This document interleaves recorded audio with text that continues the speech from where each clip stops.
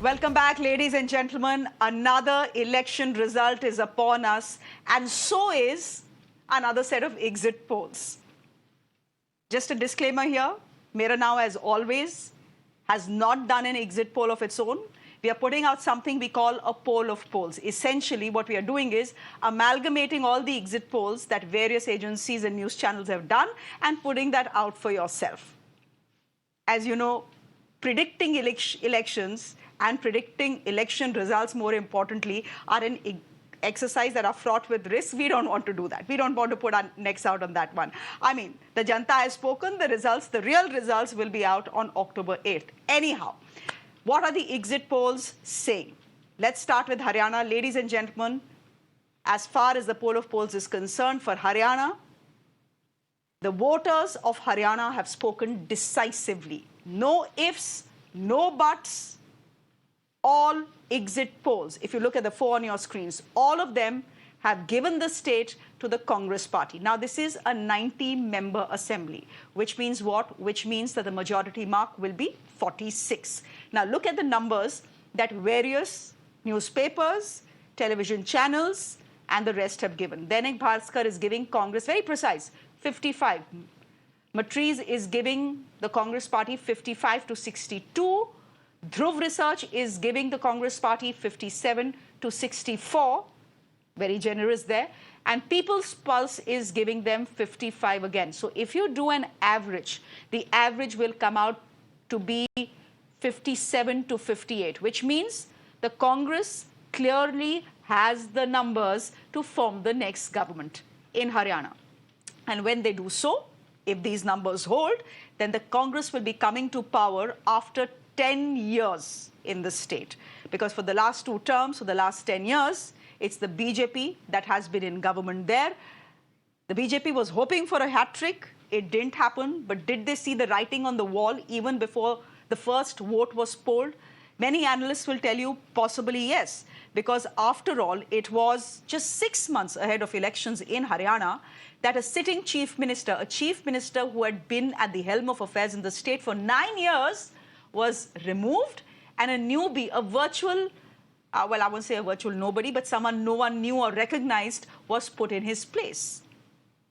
What was the BJP trying to do? Last minute, cut out some anti-incumbency. Then, the Prime Minister, who's usually very active when it comes to elections, even if it is state elections, has that sort of political intelligence to be out there fighting till his last breath. Well, in the Haryana elections, how many rallies did Prime Minister Modi do? Approximately 4 of them. So was the BJP trying to shield him from what was coming? Could the BJP read the writing on the wall? Perhaps they could, perhaps they couldn't, because all the reactions coming in from the BJP seem to suggest they don't believe these exit polls and they will wait for October 8th for the final numbers to come out. But ladies and gentlemen, as far as Haryana is concerned, just keep an eye on the right sides of your screens. I'll be speaking through the show, but the numbers are on the right side and they are speaking for themselves. It's a clear victory for the Congress party in Haryana. Okay, that's Haryana. The other union territory that had gone to the polls was Jammu and Kashmir. Again, 90 seats in Jammu and Kashmir. Who's in the lead? Who has the edge? As was predicted, the National Conference and the Congress alliance has the edge. It is in the lead. There is no doubt about that. But are they in a very comfortable position? If you look at the numbers, not really, because there are two exit polls, People's Pulse and Sea Voter, that is giving them the numbers to form a government, but the other two aren't. And in a situation like this, the others will become important. The PDP possibly will become important as well. The biggest loss, if these numbers hold, ladies and gentlemen, will be for the PDP. Remember the PDP 10 years ago when the last election was held in Jammu and Kashmir, when it was still a state, the PDP had the maximum numbers. It was the single largest party. It had 28 seats. What was the second largest party in Jammu and Kashmir? It was the BJP with 25 seats. So if you look at the BJP's numbers, they are actually holding on to the seats, at least the number of seats that they had 10 years ago. Now, 10 years ago, the BJP and the PDP had teamed up to form a government. And we know how that government ended. It didn't last its full term. Obviously, when you have a couple that is that incompatible, the BJP on one side and the PDP on the other side, the marriage has to end. So now question is, will the National Conference and the Congress alliance require the help of others or the PDP to form the next government in Jammu and Kashmir? Or can the BJP spin a googly? How will they spin a googly is the question. It's looking tough for them right now, but those are the numbers that are on your screens, ladies and gentlemen. That is Jammu and Kashmir. Haryana, we've just showed you. It seems it's a clear verdict. I won't say it's a clear sweep, but it's definitely a clear verdict for the Congress party. Let's quickly listen in to some of the reactions that are coming in as far as Haryana is concerned, and then I'll introduce my guest to you this evening. बात की जाए जम्मू कश्मीर की, तो जो opposition का एक बड़ा मुद्दा था वो आर्टिकल 370 को लेकर था। एनसी ने अपने मैनिफेस्टो में भी उसके बारे में बात की। बार बार उन्होंने कहा कि जिस प्रकार से वो हटाया गया, कश्मीरियों से उनका हक छीना गया, तो कहीं ना कहीं उसको लेकर भी एक बड़ा रेफरेंडम इन चुनाव को माना जा रहा था। सीटें आ रही हैं बीजेपी के एग्जिट पोल के हिसाब से, लेकिन मेजोरिटी मार्क से दूर हैं और एनसी पीडीपी का गठबंधन भी कहीं ना कहीं टक्कर दे रहा है। तो आर्टिकल 370 के टर्म में कैसे देखते हैं? ऐसा कि 370 और 35 से वापस लाने की सोच एनसी के दिमाग की उपज है। निश्चित रूप से एनसी का ये षड्यंत्र नहीं चलेगा और जम्मू कश्मीर की जनता भारतीय जनता पार्टी को सबसे बड़ा दल और पूर्ण बहुमत वाला दल बनाएगा। आपने कहा सबसे बड़ा दल बनाएगा, तो कहीं ना कहीं सर उम्मीद है कि बहुमत से भारतीय जनता पार्टी की सरकार आएगी। 8 तारीख को आएगी, पूर्ण बहुमत के साथ आएगी। हमें पूरा विश्वास है। हरियाणा के लोगों ने जो पिछले 10 वर्षों में कार्यों को देखा है, हर वर्ग के लिए काम हुए हैं। हरियाणा को क्षेत्रवाद से मुक्ति दिलाई है, हरियाणा को परिवारवाद से मुक्ति दिलाई है, हरियाणा से जो भेदभाव होता था उससे मुक्ति दिलाने का काम हमारी सरकार ने 10 वर्षों में किया है। हमें पूर्ण विश्वास है कि हमने जो हरियाणा को एक नई गति विकास की देने का काम किया है। 8 अक्टूबर को भारतीय जनता पार्टी तीसरी बार बहुत बड़े मैंडेट के साथ आ रही है। आप कह रहे हैं कि तीसरी बार ये एग्जिट पोलों की पोल कई बार पहले भी खुल चुकी है। मुझे नहीं समझ आता ऐसा कौन सा तो टोटल परसेंटेज भी नहीं आई है, एग्जैक्ट परसेंटेज, उसको आने में टाइम लगता है। तो कैसे बता देंगे आप? जो चुनाव से पहले का माहौल के आधार पर मैं कह रहा हूं कि एग्जिट पोल गलत होगा और भारतीय जनता पार्टी सरकार बनाएगी। देखिए, हरियाणा की जनता के लिए एक बहुत बड़ा खुशी का दिन है। एक तो आज सभी ने बढ़ चढ़कर मतदान में हिस्सा लिया है और जिस बदलाव की तरफ हरियाणा देख रहा था, लोगों ने वो बदलाव किया है। लोगों ने जो 10 साल झेला है उसका ही रिजल्ट है। लोगों ने जितनी तकलीफें, जितना अत्याचार सहा है इन 10 सालों में, वो आज मतदान के रूप में उन्होंने अपना बदला लेने का ठाना था और वो सक्सेस हुआ है। और कांग्रेस पार्टी को मैं धन्यवाद देती हूँ, पूरा हरियाणा धन्यवाद देता है कि उन्होंने इतना अच्छा परफॉर्म किया है। इतनी मेहनत हर एक कार्यकर्ता ने, हर एक पार्टी के जो लोग हैं, जो बहुत सालों से पार्टी के जो एक स्तंभ रहे हैं, सब ने मिलकर बहुत मेहनत की है, इसलिए ये सक्सेस हुआ है। My guest this evening, Jasmine Sandvalia, is spokesperson of the BJP, joining us on the broadcast. Brijesh Kalappa is a political analyst, joining us on the broadcast as well. We'll be speaking on behalf of the Congress party. Ajay Gulia is spokesperson of the JJP. Madhavan Narayan is a senior journalist joining us. And Harbans is a senior journalist from Jammu and Kashmir joining us on the broadcast. Everyone, ladies and gentlemen, thank you so much for joining us. Let's first look at the results in Haryana. Jasmine ji, many people will say, even before the first vote was polled, the elections in Haryana were a foregone conclusion. Sabko pata tha kya hone wala hai. There is a government that has ruled for 10 years. There was anti-incumbency that had set in. And then there were missteps by the BJP. Like not listening to farmers, like the Agniveer scheme that have resonance in a state like Haryana. So ये तो होना ही था. Jasmine ji, your first reactions to the numbers on your screens? Well, I have huge respect for exit polls, but at the same time, I don't think that they are gospel's truth, because just 3 months back, all the exit polls were giving our party a clean sweep. So, taking that point in my mind, I would like to address what you're saying. When you talk about anti-incumbency, we definitely agree that we have been in power for a decade, and anti-incumbency is something which we cannot wipe away and wish away with it. But you have to keep it in mind that just 3 months back, out of 9 parliamentary seats, we won 5.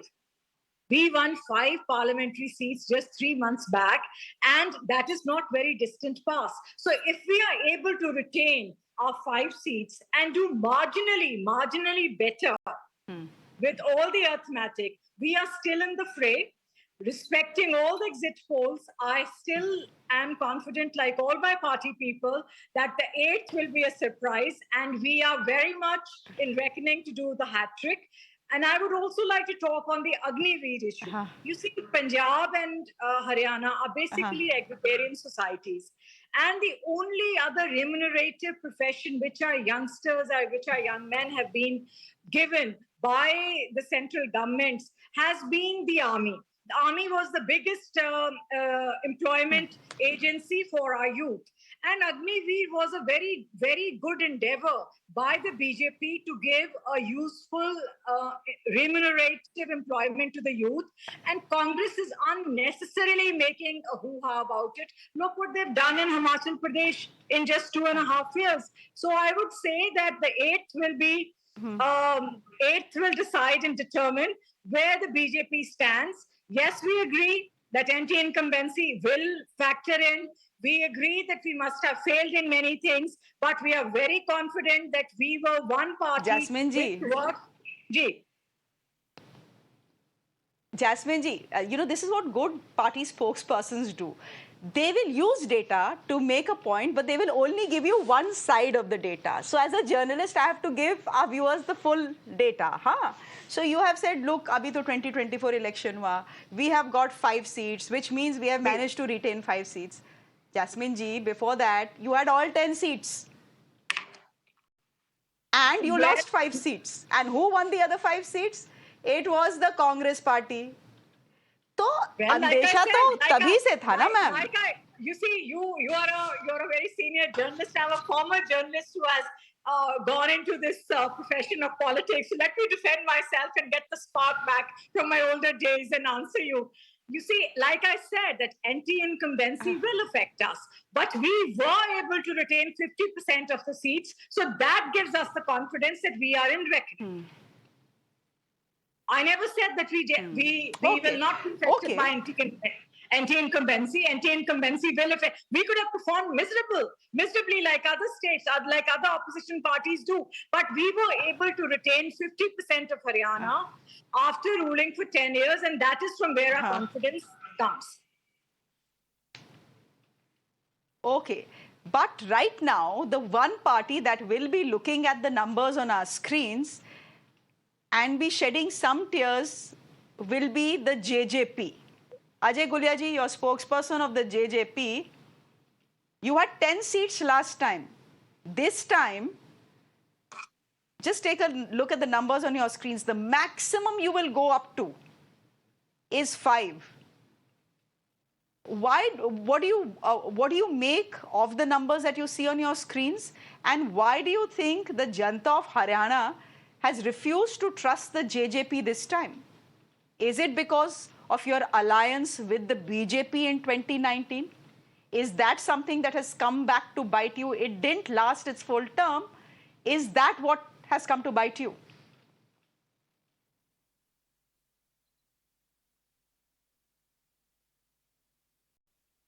Ajay ji, you'll have to unmute yourself.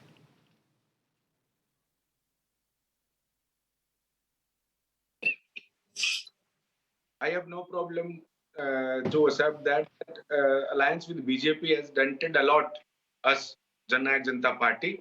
But I assure you for one thing, those who knows Haryana trends and Haryana, those who are following Haryana election in 2019, everybody was writing us off. Everybody writes us off say that JJP won't be opening their account as well, and still we managed to score 10 seats. So I can assure you that it will change drastically. It will change drastically, and we will have better results. In 2019 as well, every opinion poll was writing us off, and they were showing like JJP won't be able to even open their account, and still we managed 10 seats. So results will be better than last time. I can assure you. I can assure you the results will be better than the last time. Acha. And these.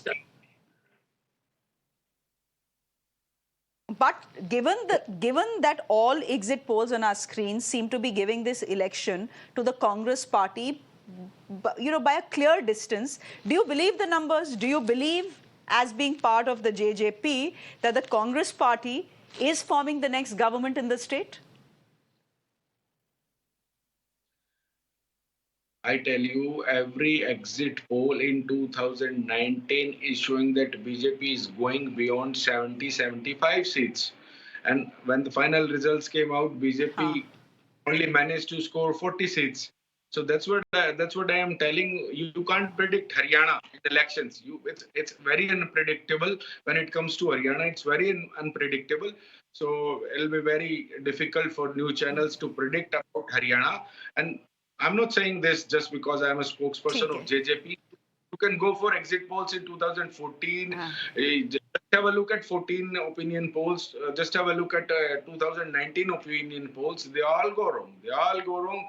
And everybody was writing us off. Madhavan Narayan, would you want to come in here? Okay. Sorry? Okay, you're making a fair point.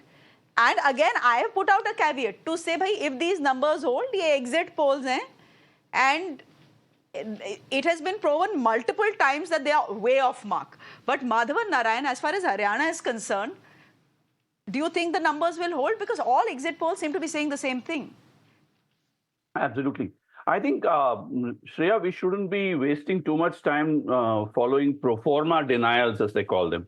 Spokespersons are expected to say that the exit polls need not be final, and it's par for the course. Let's not waste time there. We all put our fine print, exit polls. It's like a mutual funds are investments. They're not guaranteed, but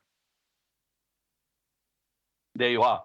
They're likely to be on the track. There are no surprises either in Kashmir and Haryana for me, and particularly Haryana. I wish we would discuss why this happened rather than spend time, he loves me not kind of thing, his exit polls right or wrong. The numbers are there. I think it's important to remember Dainik Bhaskar and People's Pulse metrics, they are all very diverse agencies. If they all agree, then there is something terribly wrong with the methodology or terribly secretive about the people of India. As far as Haryana is concerned, it is one of the least secretive states of India. In fact, my big, as somebody who originates from the south but has traveled more perhaps in Haryana, and I can tell you that Haryana is what I call North India's first Dravida state, because this is not about Dravida as a South Indian phenomenon.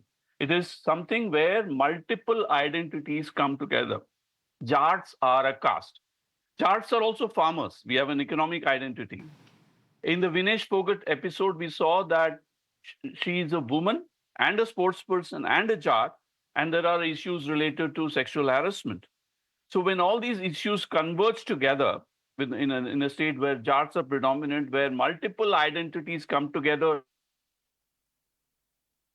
please understand, we are also talking about Haryana, which is at one level called a farming state. Another level, it is home to Gurgaon, which is the place where Microsoft and Google operate from for all of India, all of the subcontinent. Therefore, it's a very modern state in a way that people can't understand, which is why I call it North India's first Dravida state, where people go beyond traditional identity politics while retaining identity. It's not a blind angutha chap vote for anybody. They have a considered view, which is why BJP is right in saying that, it's not out of the picture. But in this election, they have shown that performance matters. Anti-incumbency is not a blind thing, because otherwise BJP wouldn't have done well in the Lok Sabha elections. So it's a neck and neck thing in some ways. But there are 3 or 4 observations I want to make. First is that any incumbent in a robust democracy, especially like India, you move from what I call P1 to P2 to P3, from promise to posturing to performance. And when it comes to performance, the jury is finally out, and Congress is, BJP has not been as true in performance terms, especially on farmers' bills, Agniveer scheme concerning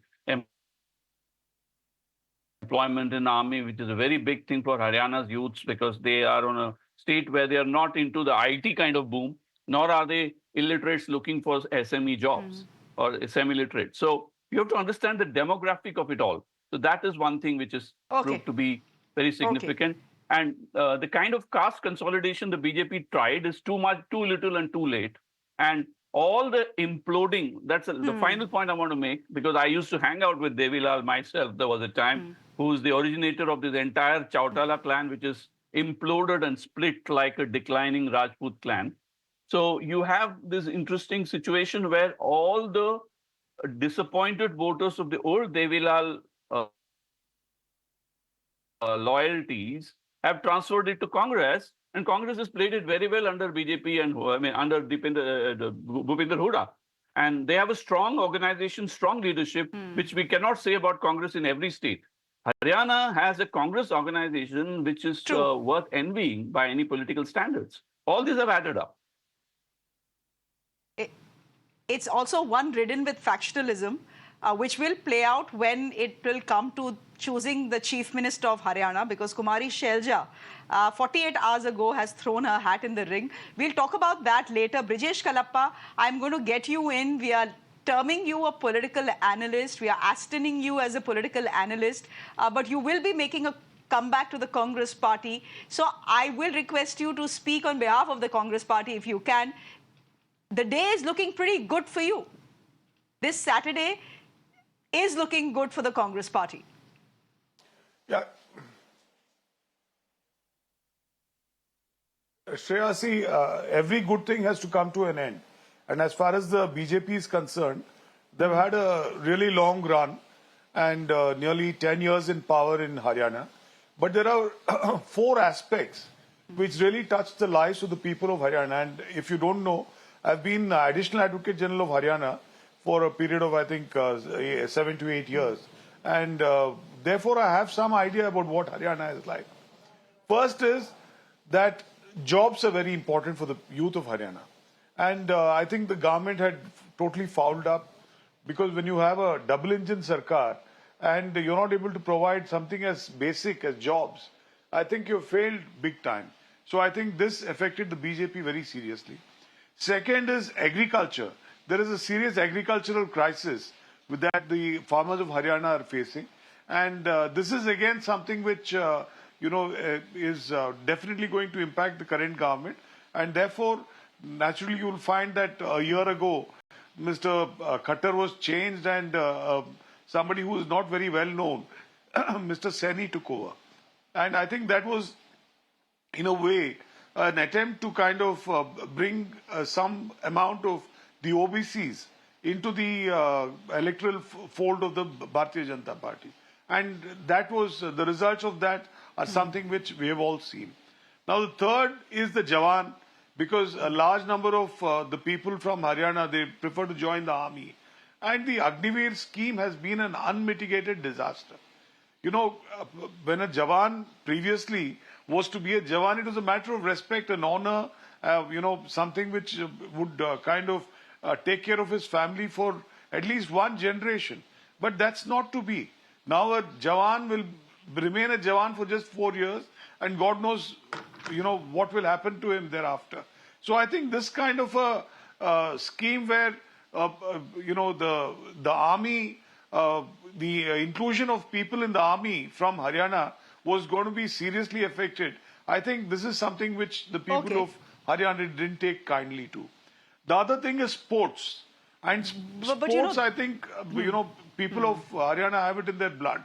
And they love sport. They love people who win them medals. And they want these people to be treated with great respect. If you know, the people of Haryana accept somebody who's a sportsman as a deputy superintendent of police, as an assistant commissioner, and so on and so forth. Other states may not. right? So this was the very first state which gave impetus to sport. And when we see that sportsmen who have brought laurels to the country are being dragged on the streets, I think this certainly impacted the BJP. Another important reason why the BJP has been impacted is the fact that there is no new industry coming into Haryana. Because earlier, everybody knew Gurgaon, Sonipat, there were these pockets of excellence which were just raring to go. And for the last 10 years, these pockets of excellence have just become, absolutely quiet and humdrum. So therefore, I think this affected the Bharatiya Janata Party. And more importantly, is the waning popularity of the Honorable Prime Minister, Mr. Modi. Because you'll see in 2014, he had as many as 10 rallies. In 2019, he had 6 rallies. And I think currently he's had 3 rallies. So this is something which has effectively knocked the BJP out. And I think this kind of a trend is something which will happen state after state after state in times to come. We'll see. Jasmine, I'm just going to get in Jasmine here. Okay, I've heard you out. Jasmine, the fact is that this election in Haryana was about the Jawan, the Kisan and the Pehelwan. You messed up on the Jawan front with the Agniveer scheme, which no one either in Punjab or in Haryana or in Rajasthan or in Bihar or in Uttar Pradesh wants to accept, right? There has been criticism for the scheme across India, right? Number 2, on the Kisan front, the way the farmers' protest was handled. Forget whether you are giving them a guarantee of MSP or not. Just see the way the farmer protest was handled. Just see the sort of loose comments that were made by your own MPs and ministers as well. And the third, of course, was Pehelwans. The fact is that Haryana has a very close relationship with its sports persons. And then to see those very Olympians being dragged on the streets of Delhi by the Delhi police, was the writing on the wall, Jasmine? I mean, of course, you can say that these exit poll numbers will not hold. That's your job as a spokesperson. But did the BJP mess up? You see, I would say personally that we did not mess up. When you talk about the farmers' agitation in a democracy, I'm a farmer myself, I'm a Jat, I come from a farmer family. I think that we were allowed to agitate, and BJP probably failed to explain to the farmers what the benefits and the longer range were going to be. So the miscommunication was something which we will take the onus of admitting that probably we or our leaders in the states, in the agrarian states, could not translate to what extent the benefits of those farming laws were. And our Honorable Prime Minister did not have any ego, did not have any two thoughts about it. He went ahead and withdrew those laws. Very respectfully, he said that we concede and they will not be implemented, and a committee will be formed. And which a committee was formed. When you talk about... But it seems it didn't cut any ice.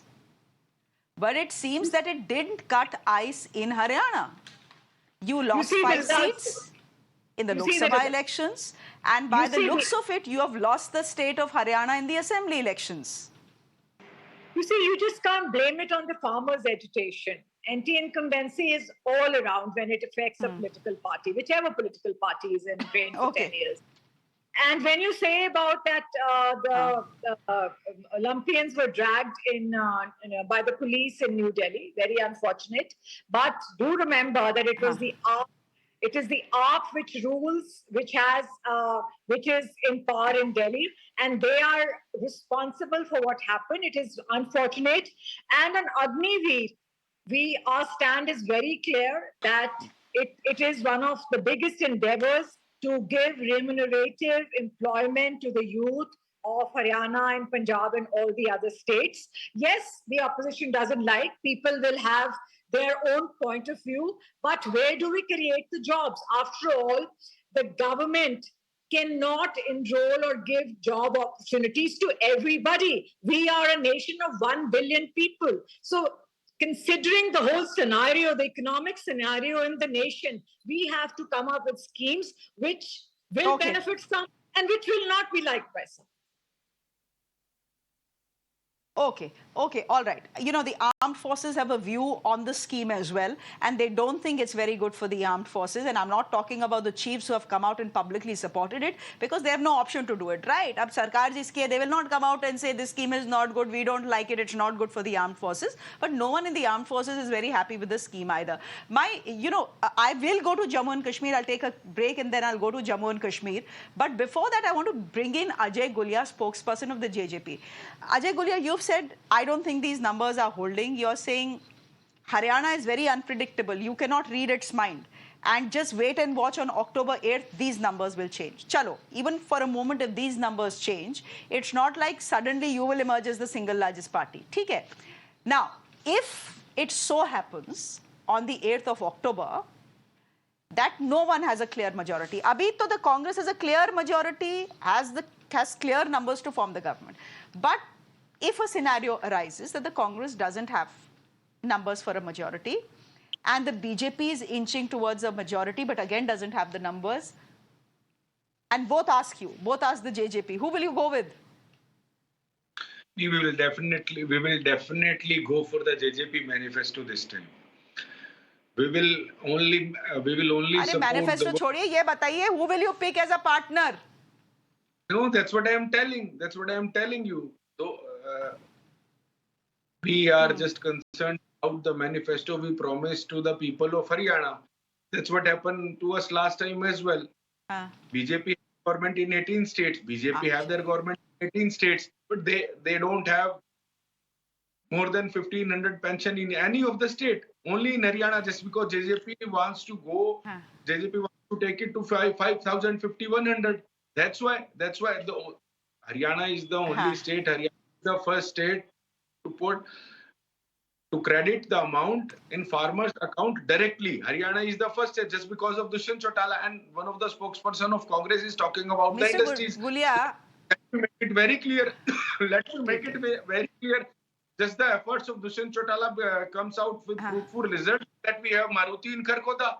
We have the biggest manufacturing car. I thought, Mr. Gulia,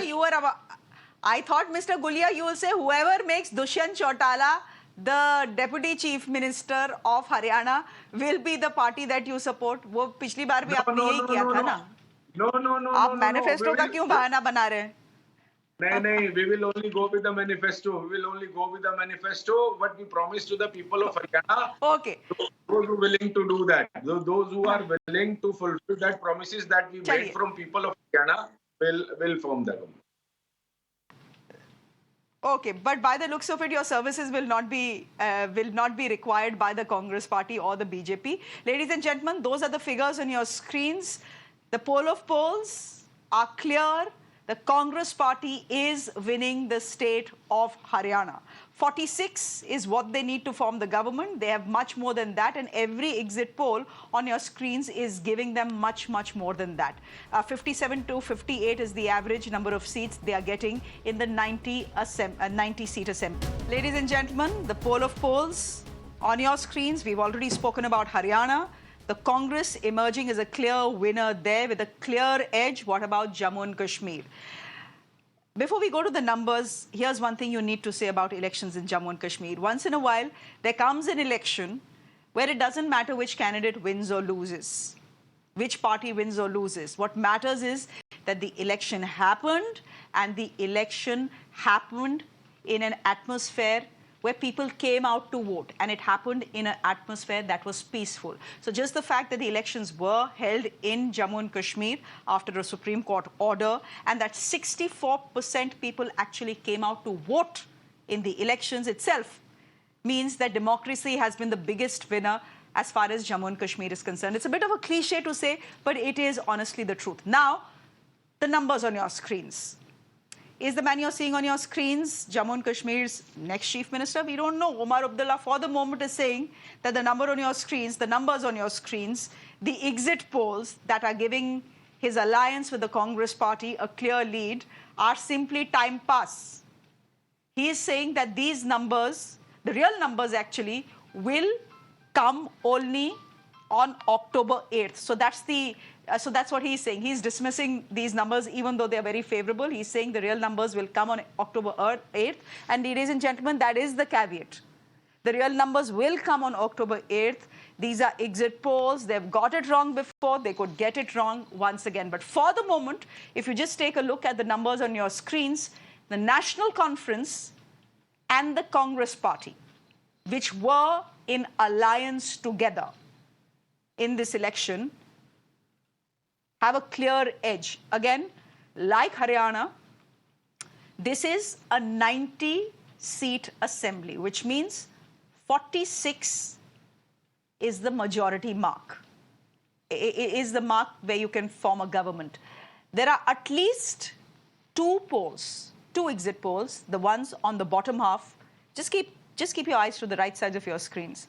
And you'll get the story even if you don't want to hear me.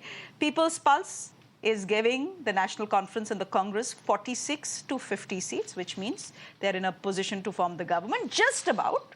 And C Voter is giving them 40 to 48. So while the numbers are looking good for them, are they entirely comfortable? No, they are not entirely comfortable. Will they have to seek help from others or the PDP? That is entirely possible. What about the BJP? The BJP was very confident that the Naya Kashmir narrative will work. Has it worked for the BJP? Last time, they were the second largest party, ladies and gentlemen, in Jammu and Kashmir with 25 seats. They have retained, if these exit polls hold, they have retained at least 25 seats according to most exit polls, which means they have held on to the numbers that they had 10 years ago. But are they in a position to form the government? Again, we don't know. The picture is not entirely clear. While there is an edge for the National Conference and the Congress party, will they be in a position to form the government? Well, they will need the help of others in the PDP. The one party that will be looking at these numbers and not be feeling very happy right now is the PDP, led by Mehbooba Mufti. Her daughter Iltija has made a debut in these elections. The PDP 10 years ago, when the last election was held, had emerged as the single largest party. They had 28 seats. Look at where they are now. The most generous exit poll to the PDP C Voter, and even C Voter is not giving them anywhere beyond 12 seats. What about others? Others will become an important factor then in who forms the government, possibly. Who are these others? It's a motley group. Lots of independents, lots of rebels. There are former separatists as well who have entered the political fray. So it's a motley group. It will not be easy to do business with all of them individually. So if the National Conference and the Congress do need help, will it be easier to do business with the PDP? Well, there were talks of an alliance. PDP, as you know, is part of the larger India bloc. There were talks for a pre-poll alliance.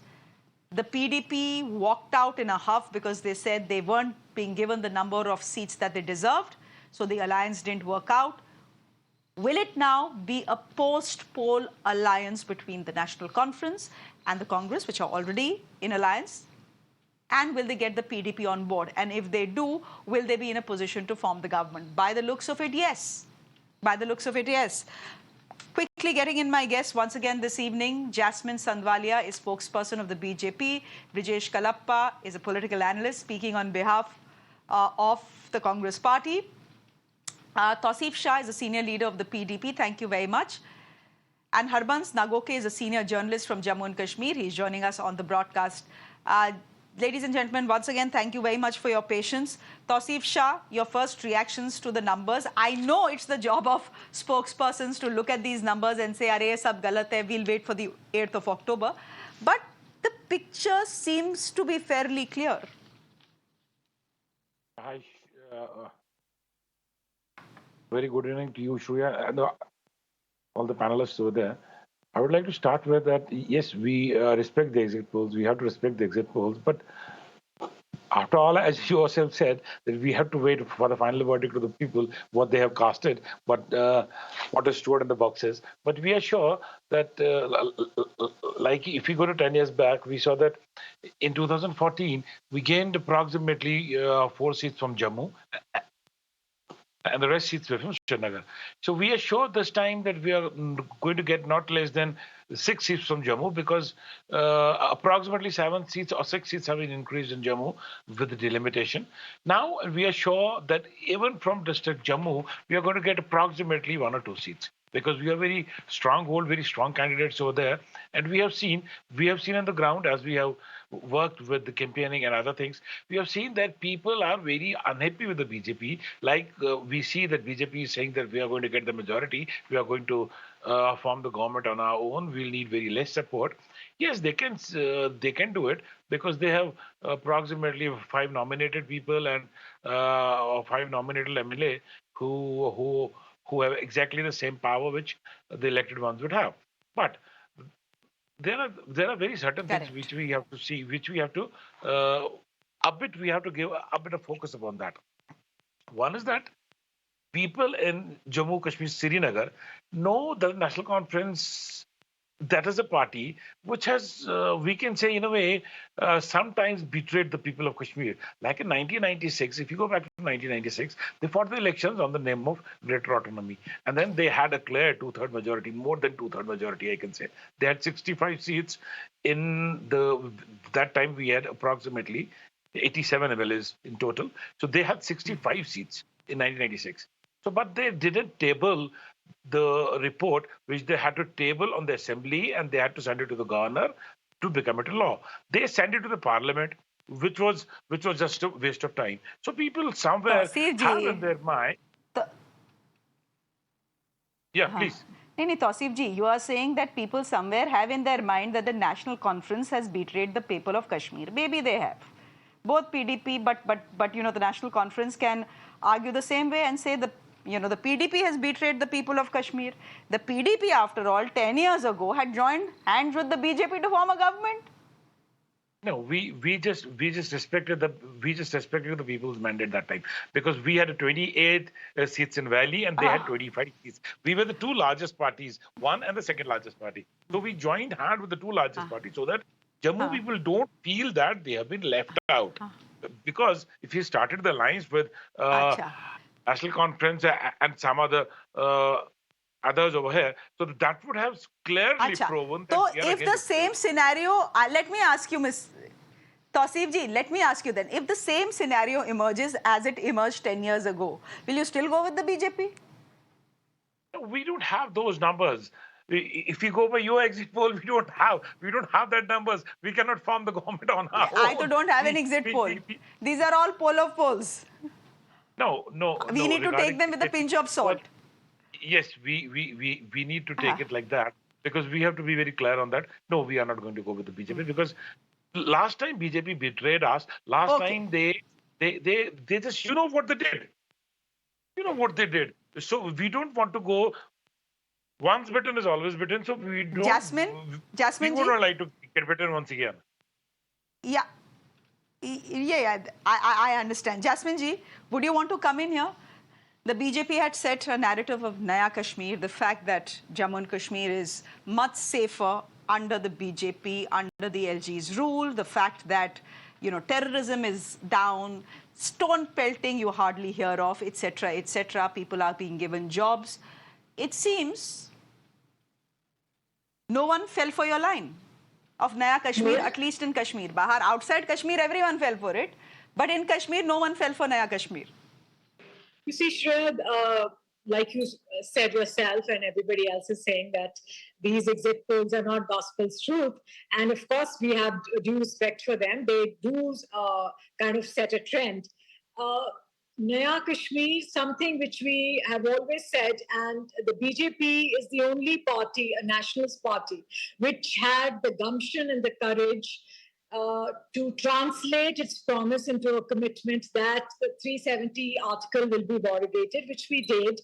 And if you notice, after a decade, this is the first time that the enthusiasm of a voter in Jammu and Kashmir was so visible.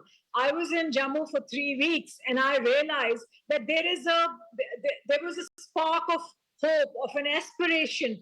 People were looking forward to a better Jammu and Kashmir, and I would definitely take claim that after the 370 article was abrogated and the incidents of terrorism, the incidents of stone pelting have drastically come down. In fact, you do not hear about stone pelting anymore now. And whatever the verdict will be, we respect the verdict of the people of Jammu and Kashmir. As our party has always said that we want Jammu and Kashmir to be a peaceful and a progressive and a prosperous state. We will respect the results, and whoever forms the government should carry on the baton that separatism should be killed, separatism should be stopped, and Okay. Jammu and Kashmir should be Harbans a ji, part and parcel of India. it is. It should not, you are saying it should be part and parcel of India. It is part and parcel of India. Harbans ji, there's something very important that the BJP spokesperson has said. The BJP spokesperson is saying that we will respect the verdict of the people of Jammu and Kashmir. Now, the question is about these 5 nominated MLAs, right? They are nominated by the LG. They have exactly the same powers and the duties and the responsibilities of elected MLAs, which means effectively the assembly becomes 95 seats, and therefore instead of 46, the majority becomes what? It becomes 48. Do you think that has the potential of being misused to do some jod tod in Jammu and Kashmir? Or do you think the BJP will not risk it? Definitely. The BJP tried their best from head to nail, make something to come out, but always said, apne bhitar jhaak kar dekho. In the last election which parliament has just gone, BJP has become a run chhor das party.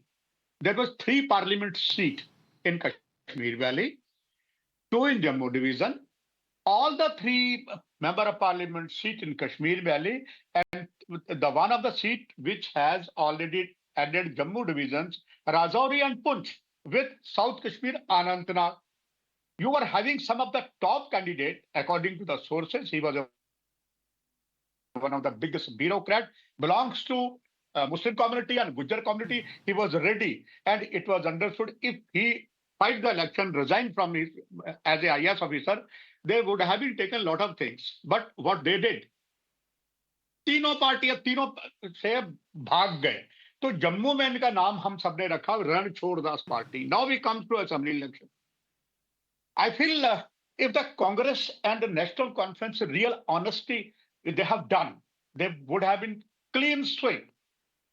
I have a number of examples because I'm the ground. I'm not sitting at the table for the last 30 years in all the constituency. Beginning it was 86, now it is 90. But if alliance, honestly alliance with the National Conference and Congress, they would have been taken total 2/3 majority in assembly. And but what they did, even then Umar Abdullah. नहीं, तो आप क्या कह रहे हैं? Alliance तो है ही ना? Remember the Umar Abdullah last नहीं, word he said. आप जरा मुझे बताइए, हरबंस जी आप कह क्या रहे हैं? नहीं, अलायंस तो ऑलरेडी है. Yes, तो प्रॉब्लम क्या है अलायंस में? आप ये अलायंस है. जी मैं बताता हूं ना. प्रॉब्लम ये है कि आपने अलायंस किया, नेशनल कॉन्फ्रेंस और कांग्रेस का अलायंस हुआ. आपने 5 जगह फ्रेंडली मैच खेल लिया कि उनका भी कैंडिडेट होगा, उनका हुआ क्या, ना खुदा मिला ना विशाल सनम. ये व्हाट वाज द 5 सीट आपने जो कहा हम फ्रेंडली मैच करेंगे. Is it मतलब और and remember the Umar Abdullah now is enjoying his holiday in Himachal. What he said, he Rahul Gandhi should make more consideration in the Jammu division, not in Kashmir. We are sufficient to tackle Kashmir area. And then Rahul Gandhi ji, Priyanka Gandhi ji and others came to Jammu. Some did not luck उनको पूरा नहीं दिया. Even Priyanka जहां भी गई उसने कमाल किया. But what happened? कुछ मौसम की खराबी थी, इसलिए अगर वो पहले ही यहाँ पर ज्यादा जोर लगाते हैं, जोर नहीं लगाया क्योंकि there was lot of things are going on कि नेशनल कॉन्फ्रेंस में go with the BJP, lot of things are going on therefore. But madam किसी ने भी जम्मू के डिवीजन के मतदाताओं की बात नहीं सुनी। And see the voting percentage, Jammu शहर में सबसे लेस वोटिंग हुई ऑन दैट जम्मू सिटी की जो 4 सीटें हैं, this is dominated by the BJP, वहां सबसे कम वोट पड़े। So these are the things कि जहां बीजेपी ने कहा है, ये तो अंडरस्टूड था बीजेपी का खाता खोलना कश्मीर में not possible, and same thing almost going to be happen with if you see the all things. So this okay, my opinion कि अगर नेतृत्वता से निभाते सीटें और भी चलिए, अब जो आपकी सीटें गई। हाँ, ठीक है, तो ब्रिजेश करप्पा रिस्पॉन्ड टू दैट। अगर शिद्दत से दोस्ती निभाती national conference and the Congress party, it would have been a clear sweep, because here if you look at the numbers, again they may or may not stand on October 8th, but if you look at the numbers, it's not like the alliance is in the clear, far from it actually.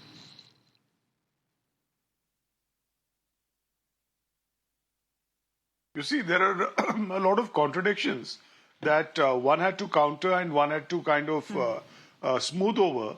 For this reason that, as you know, the entire horizon has, completely changed. So therefore, naturally, there has been virtually zero political activity over the last 10 years, and new players have sprung up. And happening on the ground always impacts alliances and always impacts those people who are into an alliance, who are the major players there. And this is something which is bound to happen to any political party. And these are what you call, the imponderables of electoral politics. But I think one thing I must point out to, I think, what the BJP spokesperson said. And the BJP spokesperson said that there's no stone pelting and so on and so forth. See, ever since 2019, after 370 was abrogated, the number of forces deployed in Jammu and Kashmir has been, enhanced by over, I think, 10 to 12,000. So if your one is going to be speaking of an earlier number of some 32,000, 33,000 jawans, and presently I think 45 or 46,000 jawans, I think that certainly once these the jawans who are already deployed there, I think once they have to be, and it can't be a permanent arrangement. You can't have people there permanently and saying that, look, we are going to ensure that stone pelting is not going to happen. I don't wish it to happen. But I'm saying that if you're going to have a situation of pre-2019, you must also consider what has happened thereafter, right? Which is the deployment of additional forces. It doesn't mean that people have suddenly developed greater love for, Mr. Modi or his government or so on and so forth. So I think a lot of, things are going to be revealed when the election results are out. And I think it's very important that those kind of feelings, pent-up feelings of the people, they have to... No, they have to find the people voice have spoken from time to time, and this is the essence of But to democracy. reduce this election to being a referendum for or against Article 370, I think will be very reductionist, because people vote on multiple issues. And joblessness, unemployment is a big issue, whether it is in Haryana or in Jammu and Kashmir. And two things have to be said. I The didn't say it violence was a in Jammu and referendum Kashmir on Article has 370. gone down. I think, anyhow, my point is that violence in Jammu and Kashmir has gone down. You cannot deny that. Data is telling us. But there is a worry. When you talk about, the security situation in Jammu and Kashmir cannot remain what it is. If there are so many troops on the ground, once you pull them out, what will happen? You can't pull those troops out. Simply because Brijesh Karappa, Kashmir used to be the hub of terrorism at one point of time. Now the spectre has shifted to Jammu. So there is a new concern emerging there. And whichever government is in power, whether it's the National Conference and the Congress that managed to form a government, by the looks of it, by the looks of these numbers, they will have to work with the center. That's how Jammu and Kashmir is. There are sensitivities in play. More importantly, this is a state that has been racked by terrorism for the last 35 years. It shares a border with Pakistan. You will need the government in Jammu and Kashmir to work closely and pleasantly enough with the center. So let's see who forms the government, because things aren't very clear as far as Jammu and Kashmir is concerned. But the edge is with the National Conference and the Congress Party alliance. As far as Haryana is concerned, the numbers are clear. They are speaking for themselves. It's a clear victory for the Congress Party.